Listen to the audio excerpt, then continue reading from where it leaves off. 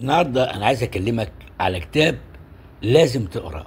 الكتاب ده اسمه المناطق الزرقاء للسعادة للباحث دان بوتنهر. الباحث ده عمل ايه؟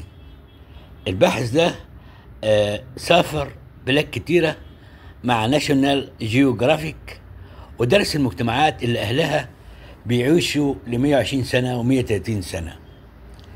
كان عايز يعرف ايه السر في طالة عمرهم. هنا عندهم عادات اقول لك عليها، يعني ابدأ من النهارده اعمل حاجة فيهم. مثلا هم ما بيروحوش الجيم بس بيتحركوا طول النهار، بيزرعوا، بينضفوا البيت، بيتحركوا رايحين جايين، يعني مش قاعدين. وبعدين هو بيقول لك خلي فيه سبب لوجودك، يعني لما تقوم من النوم الصبح عندك برنامج هتعمل ايه، هتتصرف ايه طول النهار. ما تقومش تقوم كده انك يعني ما فيش اي حاجه، لا، لازم يبقى فيه برنامج، تبقى عندك كده رغبه في انك انت تحقق شيء حتى ولو بسيط.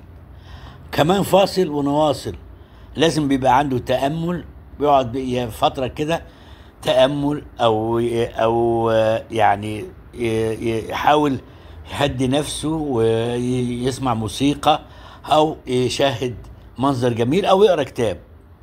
وبعدين في الأكل بقى عنده نظرية 80%، ما يقومش من الأكل وهو شبعان، وفي نفس الوقت ما يقومش جعان، بس ما يشبعش، ما ياكلش لحد ما يشعر بالشبع.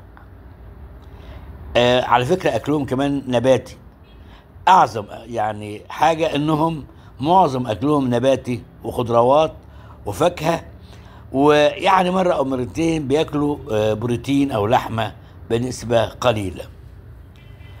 برضو بقول لك يعني إن هم لازم يبقى في ناس تسأل عنهم وهم يسألوا على ناس، يعني يبقى في حب عائلي ودفء بينك وبين الأصدقاء.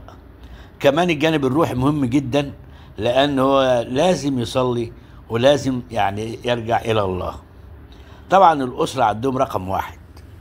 أنا عايز أقول لك بس مش لازم تروح المناطق دي عشان تعيش زيهم، لا، امشي بس خطوة بخطوة، امشي، كن خفيف، كلم أصحابك، صلي وانت ساكت، عيش حياة بسيطة، يعني حاول تستمتع بحياتك.